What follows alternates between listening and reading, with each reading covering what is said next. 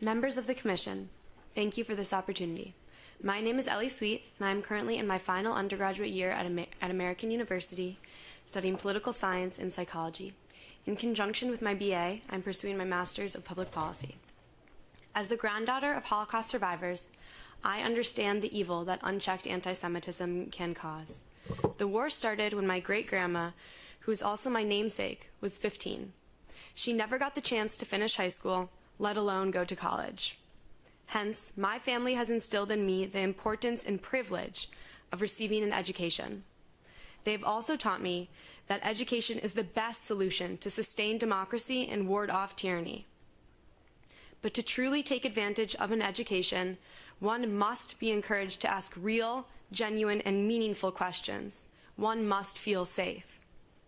On November 18th, 2023, I got a text from my brother, a law student at the University of Wisconsin-Madison, that he just saw a neo-Nazi march on Madison's main street. My cousin, who also went to the University of Wisconsin, sent a similarly terrifying text. It was a game day. Both my cousin and brother had plans to watch the Badgers football team beat Nebraska. But instead of spending time with their friends, they spent the rest of the day in fear. They definitely did not feel safe. After hearing this news, I also spent the rest of my Saturday extremely on edge, worried about my family's safety and my country's future. A few weeks after October 7th, 2023, vandals drew swastikas and SS symbols on the ceiling of American University's freshman dorms.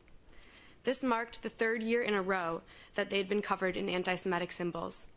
Anti-Semitism in America is real. Vandalizing freshman dorms with swastikas, Nazi marches in Madison, and the atrocities my family survived must be condemned. Yet, instead of denouncing this hatred, President Trump is using this very real problem as a pretext to platform and participate in anti-Semitism.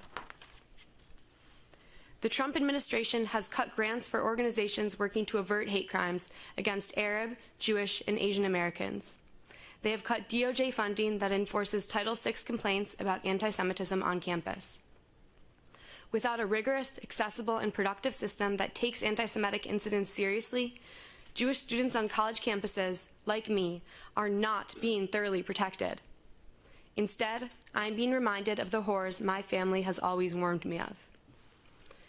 As the Trump administration continues with their disingenuous and unproductive approach to combating anti-Semitism, my first reaction to a claim of anti-Semitism has become, what are the details? I now ask myself, is this anti-Jewish people, or is it anti-Israeli policies? Does this express hatred towards Jews, or does it express disappointment and disdain towards the Israeli government and its policies?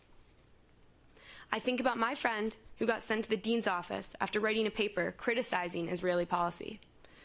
I think about my very rational fear of the same thing happening to me when writing my senior capstone about the historical mistreatment of Palestinian citizens in Israel. I think about international students who purposefully steer clear of any conversation mentioning Israel or Palestine because of President Trump's threat to revoke their student visas. I want to be able to take the claim of anti-Semitism at face value. But because of continuous conflations between criticism of the Israeli government and its policies with anti-Semitism, the term no longer holds the weight that it should, especially on college campuses. It's no secret that the attacks of October 7th and the continued atrocities since then have heightened the temperature on campuses. Yet, the reality of the conflict is that Israelis and Palestinians are not that different. They both have a long-standing history of intergenerational trauma and a deep attachment to the same land. It's the different narratives and stories that cause divisions. The way to get over this estrangement is to have open and honest dialogue and conversations. At a time when campuses need genuine and respectful disagreement, this administration has imposed fear, censorship, and silence. Education, dialogue, and appropriate enforcement will protect Jews, Muslims, and students of all backgrounds. Slashing research grants and intimidating students helps none of us. President Trump claims to fight anti-Semitism on campus, but what he's really doing is attacking our freedom of education and inquiry. By purposefully conflating attacks on Israeli policy as attacks on Jewish people, This administration is discouraging people from learning about the complexities of the Israeli-Palestinian conflict in a safe academic environment.